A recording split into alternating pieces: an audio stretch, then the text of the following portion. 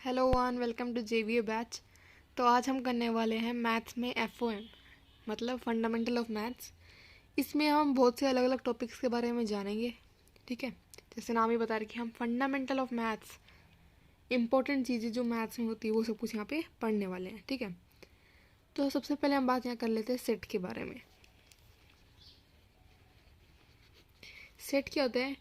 It is a collection of well defined object. इसको समझाएंगे अभी। It is the collection of well-defined object.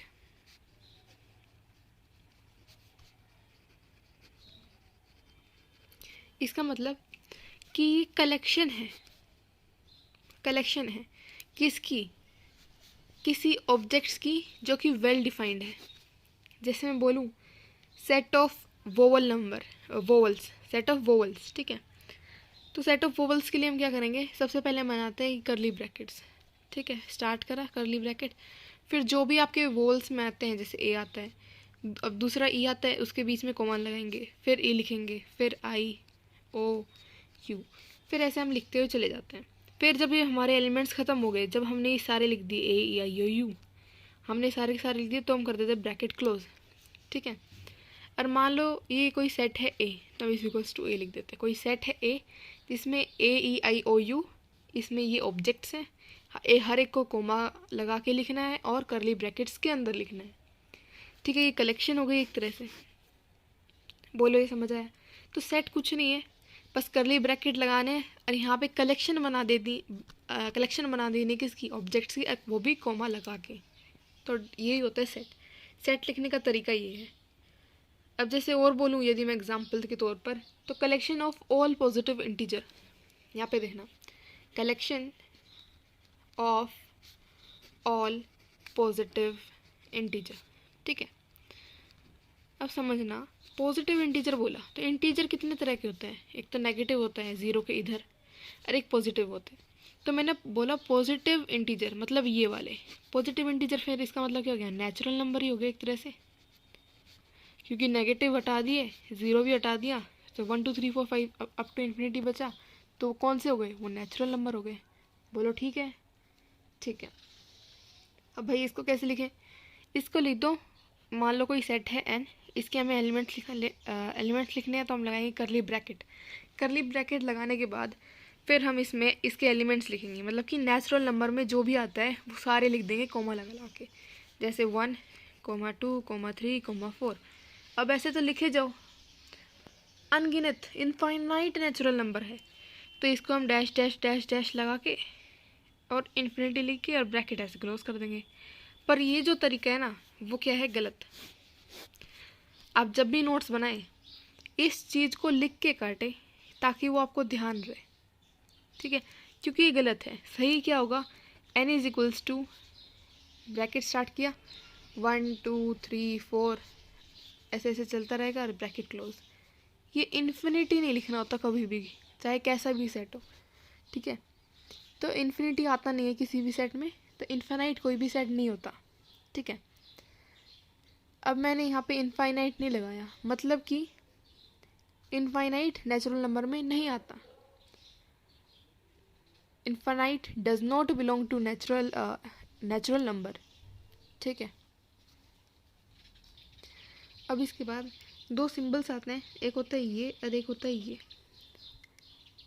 ई बना के, ऐसे ही नहीं होता, थोड़ा सा ये घुमा के होता है। ठीक है, तो ये ऐसे ही होता है। इसका मतलब होता है बिलोंग्स टू, और इसका मतलब होता है डज नॉट बिलोंग टू।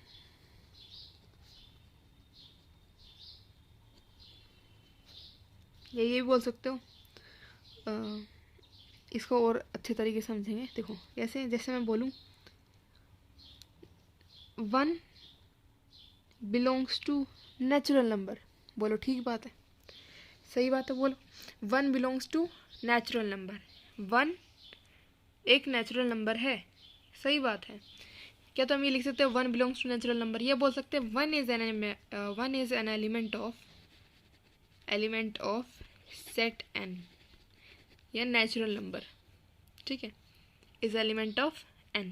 ठीक है, ऐसे ही डज नॉट बिलोंग टू, जैसे इनफाइनाइट मैंने बताया, infinite does not belong to N, मतलब कि infinite is not an element of set A, set N. ठीक है, ये आपको पता होना चाहिए। ये समझ आया पूरा फंडा। देखो हमने क्या पढ़ा, हमने पढ़ा भाई कि हम एफओएम पढ़ रहे थे, बोलो ठीक बात है। फिर हमने पढ़ा सेट क्या होता है, हमने सेट पढ़ा कि सेट क्या है, कुछ नहीं है, बस सेट एक कलेक्शन है किस चीज़ की, डिफरेंट ऑब्जेक्ट्स की। ठीक है, हम उसको लिखते हैं कर्ली ब्रैकेट्स में, स्टार्ट करते हैं और फिर हर एक ऑब्जेक्ट को लिखते हैं और फिर ब्रैकेट क्लोज कर देते हैं। अब जो एक कोमा के बीच में, एक कोमा के पहले या बाद में जो ये लिखे होते हैं, इन्हें हम बोलते हैं एलिमेंट्स। ये एक एलिमेंट है, ये एक एलिमेंट है, ये एक एलिमेंट है, ये एक एलिमेंट है, ऐसे यहाँ पे 5 एलिमेंट दे रखे हैं। ठीक है, ऐसे ही यदि मैं, फिर हमने बात करी कलेक्शन, मान लो कलेक्शन ऑफ पॉजिटिव इंटीजर, तो हमने बात करी कि पॉजिटिव इंटीजर कौन से इंटीजर होते हैं, नेचुरल नंबर ही होते हैं। फिर नेचुरल नंबर का हमने सेट लिखा, फिर हमने इनफाइनाइट लिख दिया बाद में, जो कि गलत हो गया, क्यों गलत हो गया, क्योंकि इनफाइनाइट कोई भी सेट होता नहीं है। फिर हमने उसका नेचुरल नंबर का बिल्कुल सही सेट लिखा, जो कि ये आया है 1 2 3 1 2 2 3 4 up to dash dash dash. फिर हमने लिखा, 2 चीज़ें हमने पढ़ी साइन के बारे में, that is belongs to and does not belong to. इनके हमने सिंबल्स देखे, बोलो सही बात है। ठीक है, फिर हमने लिखा जैसे यहाँ पे नेचुरल नंबर ही हमने ले लिया, तो 1 बिलोंग्स टू n, मतलब कि 1 is an element of set n। ठीक है, और डज नॉट बिलोंग टू मतलब जैसे हमने एग्जांपल लिया कि इनफाइनाइट नेचुरल नंबर में कोई भी एलिमेंट नहीं होता। ठीक है, तो infinite does not belong to natural number, तो infinite is not an element of N. Element का मतलब समझ आया?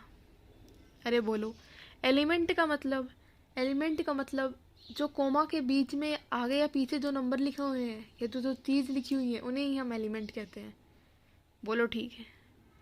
ठीक, अब देखो इसकी याद एक ट्रिक बताती हूँ।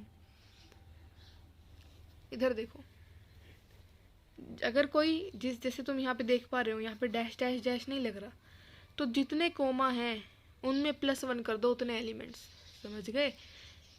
1 कोमा ये रहा, 1 कोमा ये रहा, 1 कोमा ये रहा, 1 कोमा ये रहा, इसमें +1 कर दो तो आपके नंबर ऑफ एलिमेंट्स आ जाएंगे। ये एक याद करने की शॉर्ट ट्रिक है, मतलब वैसे ही कि बंदे को याद रहे कि ये क्या है।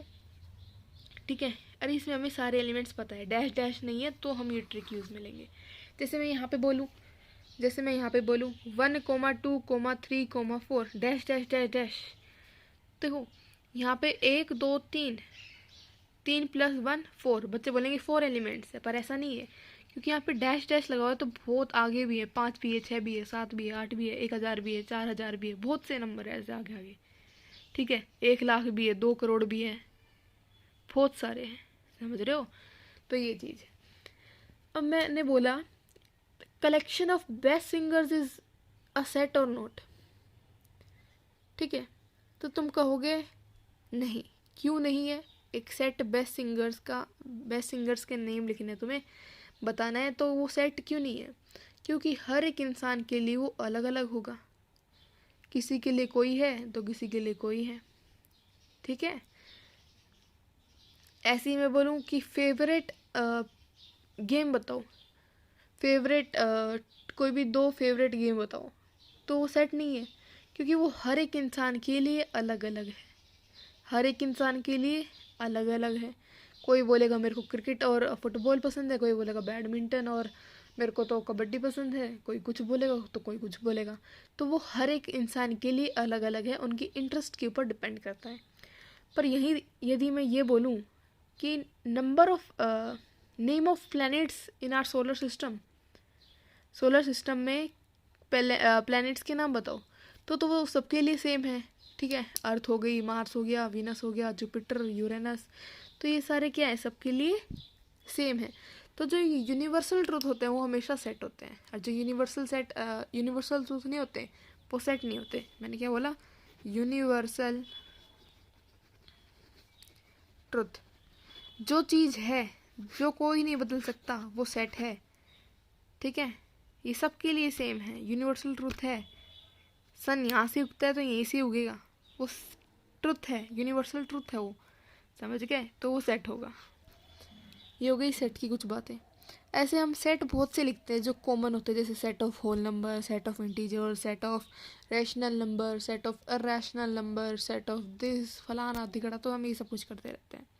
तो इन सारे सेट को हम एक एक करके समझते हुए चलेंगे, ठीक है? जैसे मैं पहले लिखूं सेट ऑफ होल नंबर, तो होल नंबर को मैं रिप्रेजेंट करूंगी W से, बोलो सही बात है। होल नंबर को मैं रिप्रेजेंट करूंगी W से, that is equals to sign curly bracket start, और होल नंबर में 0 आता है, 1 आता है, 2 आता है, और ऐसे ऐसे चलता रहता है, और ये ब्रैकेट क्लोज हो जाता है। अब मैंने पीछे बताया कि इनफाइनाइट कोई भी सेट नहीं होता, तो हमने यहाँ पे इनफाइनाइट नहीं लगाया, वरना वो काटा लगाना पड़ता, सही बात है। तो यहाँ पे हमें इनफाइनाइट तो नहीं लिखना है, बोलो सही बात है, ठीक है।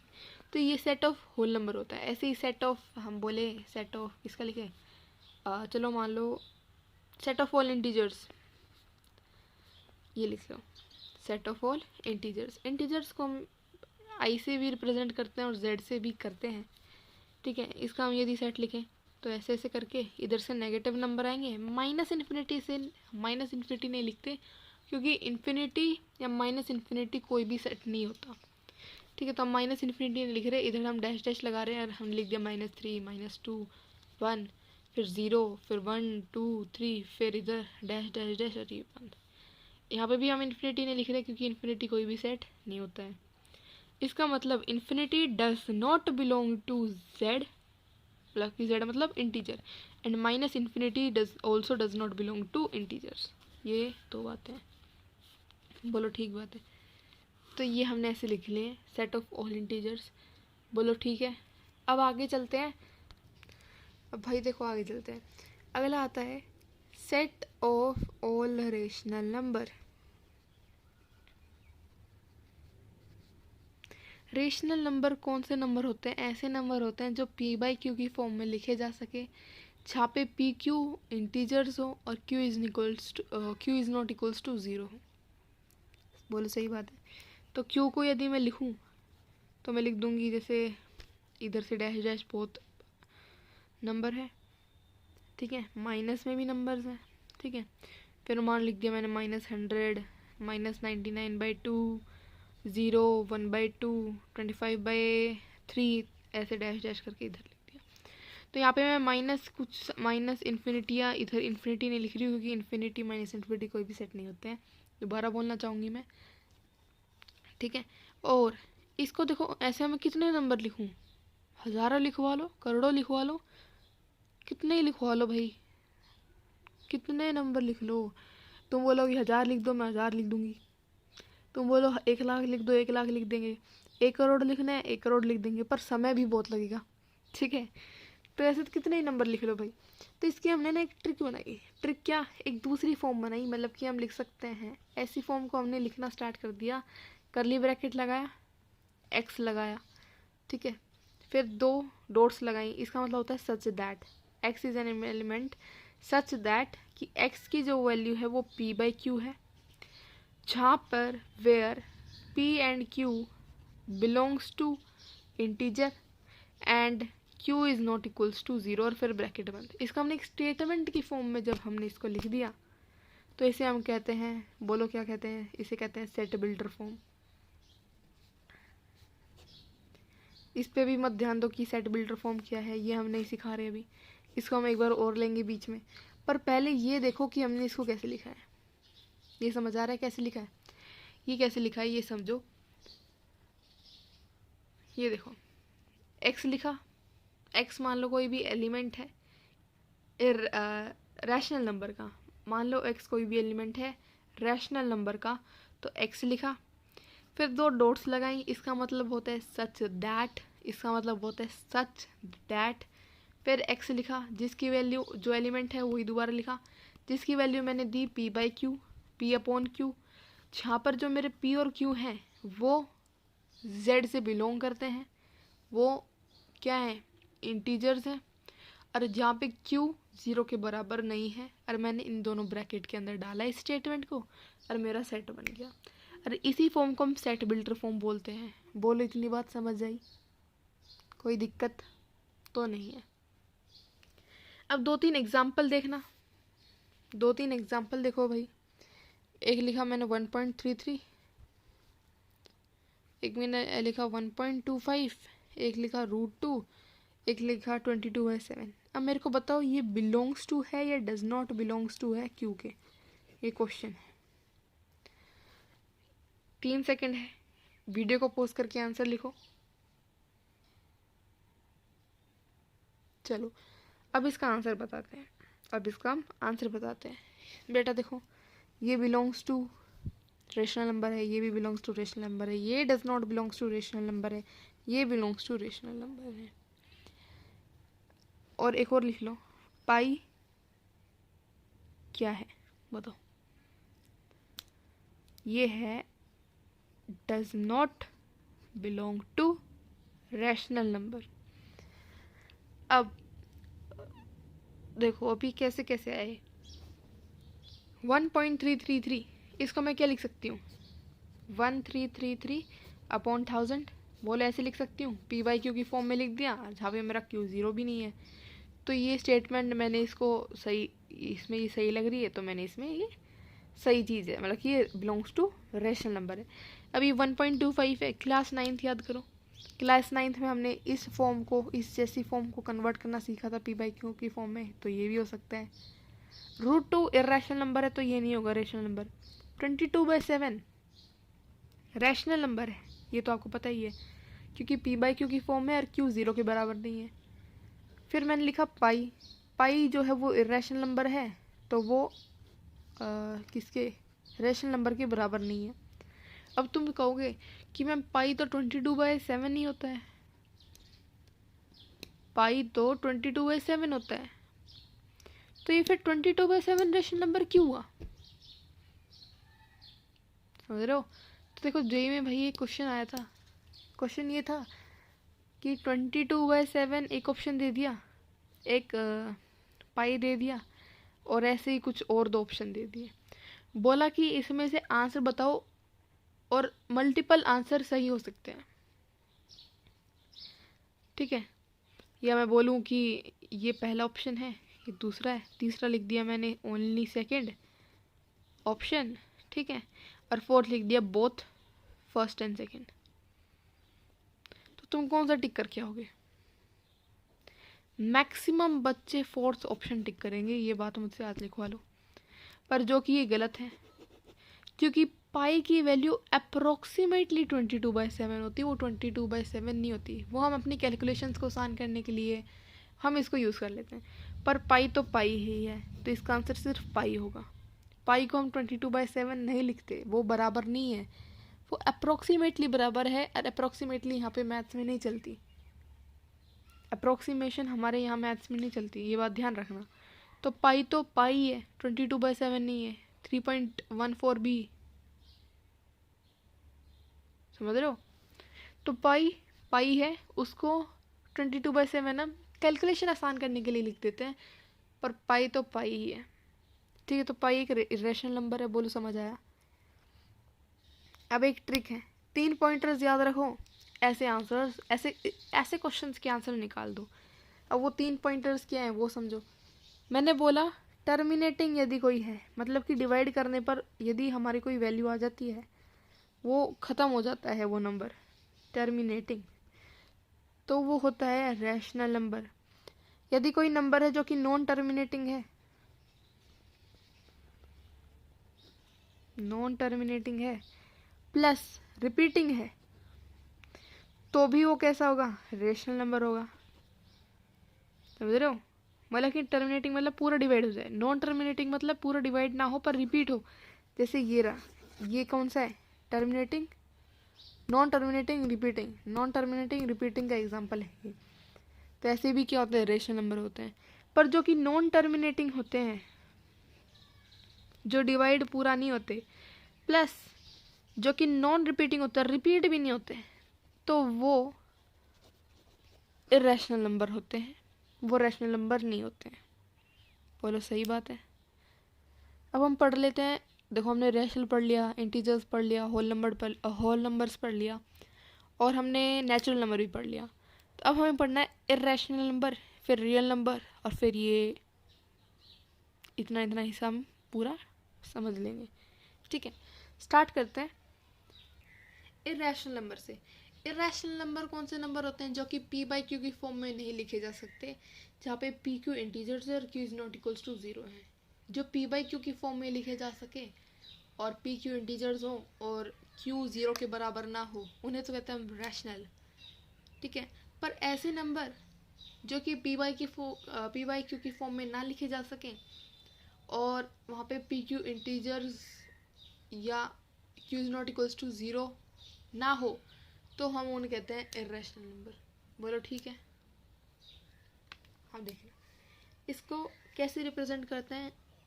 इर्रेशनल नंबर के ऊपर इर्रेशनल नंबर को, हाँ इर्रेशनल नंबर को हम कैसे रिप्रेजेंट करते हैं, क्या तो क्यू के ऊपर डैश लगा दो, या फिर क्यू के ऊपर बार लगा दो, या फिर क्यू के ऊपर सी बना दो। इन सब बात का एक ही मतलब है कि इर्रेशनल नंबर इर्रेशनल नंबर। ठीक है, ये रैशनल नंबर नहीं है। देखो एक चीज़ ध्यान रखना, रियल नंबर ना दो तरह के होते हैं, एक होता है रैशनल, ठीक है, और एक होता है इर्रेशनल। तो देखो क्यू डैश का मतलब रैशनल नंबर नहीं है, क्यू मतलब रैशनल नंबर और डैश का मतलब नहीं है। क्यू का मतलब रैशनल नंबर, डैश का मतलब नहीं है। क्यू का मतलब रैशनल नंबर और सी का मतलब रैशनल नंबर नहीं है। तो रैशनल नंबर नहीं है, क्यू मतलब रैशनल नंबर और सी मतलब रैशनल नंबर नहीं है। तो रैशनल नंबर नहीं है तो कौन सा नंबर बचा, इर्रेशनल नंबर। तो इनका मतलब है कि ये सारे क्या हैं, इर्रेशनल नंबर को शो करने के तरीके हैं। अरे बोलो ठीक है। अब जैसे मैं एग्जांपल लिखूं, क्यू डैश मतलब कि इर्रेशनल नंबर के मैं सेट बनाऊं, तो √3 √2 हो गया, माइनस ये हो गया, माइनस √5 हो गया, -π हो गया, ई हो गया, ई पता है ना ये इरेशनल नंबर होता है, 2√13 हो गया। तो ऐसे तो चलते रहो, तो ये क्या है, इरेशनल नंबर है। ऐसे तो कितने ही चलते रहो, इनफाइनाइट दोबारा नहीं आ रहा है क्योंकि वो सेट नहीं होता है, ये बात दोबारा बता रही हूँ मैं। फिर ध्यान रखना, ये तो हो गया ये लिखने का तरीका। ठीक है, अब जो क्यू होता है ना, क्यू डैश मतलब कि रैशनल नंबर, ये क्यू मतलब रैशनल नंबर, डैश मतलब रैशनल नंबर ना है, नहीं है, नहीं है। ठीक है, रैशनल नंबर नहीं है तो उसे हम लिखेंगे rational number, real number. Real number को हम आर से या उस बहुत सी बुकों में ऐसे एक डंडी लगा देते हैं आगे। ठीक है, उसमें से हम माइनस कर देते हैं रैशनल नंबर। इर्रेशनल नंबर क्या होंगे, रियल नंबर में से रैशनल नंबर हटा दो तो इर्रेशनल नंबर बचेगा। मैंने क्या बोला, इर्रेशनल नंबर कौन से नंबर होते हैं, ऐसे नंबर होते हैं जिसमें से रियल हटा दो। ऐसे होते हैं जिसमें जैसे रियल में से यदि हम रैशनल नंबर हटा दें तो हमारा इर्रेशनल नंबर आ जाता है। मैंने क्या बोला, दोबारा सुनो, रियल नंबर में से रैशनल नंबर हटा दो तो उसे हम कहते हैं इर्रेशनल नंबर। अरे ये तो सिंबल ही इर्रेशनल नंबर का है, तो ये बात सही है। ठीक है, अब आता है set of all real number, सारे के सारे रियल नंबर का सेट, उसे देख लो। रियल नंबर का set, set of real number. ठीक है, अब ये मेरे को याद कैसे है, मेरे को तो ऐसा नहीं था कि सब कुछ एक बार में याद हो गया, नहीं, ऐसा कभी नहीं होता है कि मैंने पढ़ा और मेरे को याद हो गया। टॉपर बच्चा वो नहीं होता जिसको एक बार पढ़ते के साथ सब कुछ याद हो जाता है, नहीं। कोई भी इंसान ऐसा नहीं है जिसको एक बार पढ़ाया गया और उसको याद हो गया। फिजिक्स में मैथमेटिकल रूल्स पढ़ाया गया उसको याद, वेक्टर्स पढ़ाया गया उसको याद, ठीक है, ग्रेविटेशन पढ़ाया गया, इलेक्ट्रोस्टैटिक पढ़ाया गया, सब कुछ उसको याद, ऐसा नहीं होता। ऐसे ही मैथ्स में उसको डिफरेंशिएशन, इंटीग्रेशन, स्लोप पढ़ाया गया, ठीक है, AP GP HP पढ़ाया गया, ऐसा नहीं होता उसको सब कुछ एक बार में आ जाए। बहुत से कॉन्सेप्ट होंगे चल एक बार में समझ आ गया, पर ऐसे कितने होंगे, बहुत कम। ठीक है, तो सब कुछ सबके लिए आसान नहीं होता, हर एक इंसान को मेहनत करनी पड़ती है, जो आप भी कर रहे हो यहाँ पे, ठीक है। तो हर कोई बंदा है जो मेहनत कर रहा है। मैंने बोला सेट ऑफ रियल नंबर, वापस आओ। तो देखो एक मिनट, कि मेहनत तो तुम्हें करना पड़ेगा, ये एक बार में याद नहीं हो रहे, इसको समझो, कॉन्सेप्ट को समझो, उसके ऊपर ज़्यादा से ज़्यादा क्वेश्चन करो, अपना दिमाग खोलो, फिर अच्छे से पढ़ते हुए चलो, मैथ समझ भी आएगी, अच्छी भी लगेगी, बढ़िया हो जाएगी मैथ्स, ठीक है। तो मैंने बोला set of real number. Real number कौन से नंबर, जो रैशनल नंबर और रैशनल नंबर को कंटेन करते हो, ठीक है। तो मैं आई आर को क्या लिख सकती हूँ, rational number plus irrational number, ठीक है। अब मैंने रियल नंबर तो बहुत सारे हैं, अब देखो रैशनल नंबर इतने ज़्यादा है, इरेशनल इतने नंबर इतने ज़्यादा हैं, इन दोनों का सम कर दो तो क्या ही कितना ज़्यादा हो गया यार। ऐसे थोड़ी ना पागल है क्या हम ऐसे लिखते रहेंगे, तो हम क्या करेंगे, करली ब्रैकेट्स बनाया, वो सेट बिल्डर वाली बात वही करेंगे। एक्स लिखा, सच डैट के दो ये डॉट लगाए, फिर माइनस इन्फिनिटी लिखा, इसकी एक्स की रेंज तय कर दी हमने कि भाई तू माइनस इन्फिनिटी और इन्फिनिटी के बीच में रहेगा, ठीक है। और फिर हमने ब्रैकेट क्लोज कर दिया कि हमने एक्स की वैल्यू डिफाइन कर दी कि भाई तू इसके और इसके बीच में रहेगा, ठीक है। और देखो मैंने यहाँ पे इक्वल्स टू माइनस इन्फिनिटी लगाया, क्योंकि इनफाइनाइट कोई भी सेट नहीं होता, मैंने इससे छोटा बताया है, ठीक है, इससे बड़ा बताया, इससे बड़ा बताया और इससे छोटा बताया, ठीक है। तो ये बात ध्यान रखना। तो ये हमने पढ़ लिए real number, irrational number, rational number, whole number, natural number, तो ये हमने सब कुछ पढ़ लिया है, ठीक है। इंटीजर्स ये हमने पढ़ा। अब आगे चलते हैं कुछ चीज़ों की ओर, जैसे मैं बोलूँ कि एक सेट लिखती हूँ, ठीक है, उसमें कुछ नंबर्स हैं, मान लो मैंने लिखे, एक सेट है ए मान लो, इसमें मैंने नंबर लिख दिए 3, 5, 7 और 9, ठीक है। तो मैं पूछूँ इसमें कितने एलिमेंट्स हैं, तो तुम बोल दोगे 1, 2, याद करने वाली ट्रिक जो बताई थी, 1, 2, और 3, तो 4 एलिमेंट्स हैं, ठीक है, ऐसे ठीक है। पर यदि मैं बोलूँ ए और मैं बोलूँ 1, 3, 5, 7, 9, 11 dash dash dash dash dash, अरे बंद, तो तुम गिनोगे 1, 2, 1, 2, 3, 4, 5, 5 को मारे हैं तो 6 एलिमेंट्स, पर वो गलत हो जाएगा, क्योंकि मैंने बताया था कि जहाँ पे डैश डैश डैश डैश लग रहे हो ना, 1 हो 2 हो जितने भी हो, तो मतलब इसमें बहुत से आगे भी बहुत से क्या है एलिमेंट्स हैं, बहुत से नंबर हैं आगे, जैसे ये ओड नंबर के एलिमेंट्स लिखे हुए हैं 1, 3, 5, 7, 9, 11, ऐसे ही 13 होगा, 15 होगा, 17 होगा, तो ये भी ओड नंबर बहुत से हैं आगे तक चलेंगे, ठीक है। तो ऐसे तो बहुत ज़्यादा हैं, तो इसमें इनफाइनाइट एलिमेंट्स हैं, इसमें कितने एलिमेंट्स हैं, इनफाइनाइट एलिमेंट्स हैं, और इसमें कितने एलिमेंट्स हैं, सिर्फ और सिर्फ 4 एलिमेंट्स। या तुम ऐसे काउंट कर सकते हो, ये एक एलिमेंट, एक, ये दूसरा, ये तीसरा, ये चौथा, तो 4 एलिमेंट्स, ठीक है। एक समझ के करना है इसको, ठीक है। मान लो कोई सेट है, इसमें मैंने एलिमेंट्स लिखे हैं, कुछ भी लिख दूँ, ठीक है, मान लो ये लिख दिया मैंने,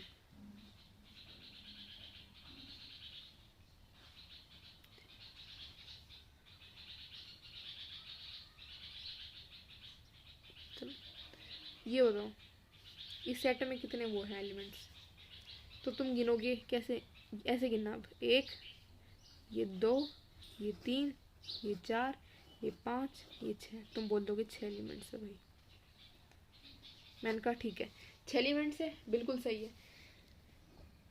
अब इसको रिप्रेजेंट करने का तरीका है एन ब्रैकेट में, कि ए एलिमेंट में कितने एलिमेंट्स है उसको ऐसे रिप्रेजेंट करता है, तो एलिमेंट्स इन सेट ए,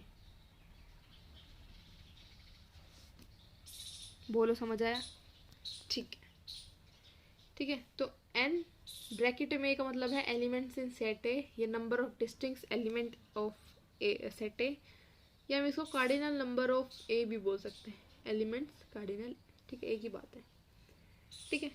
तो ये हमने समझ लिया, इसको मैं लिख दूँ, लिख देते चलो।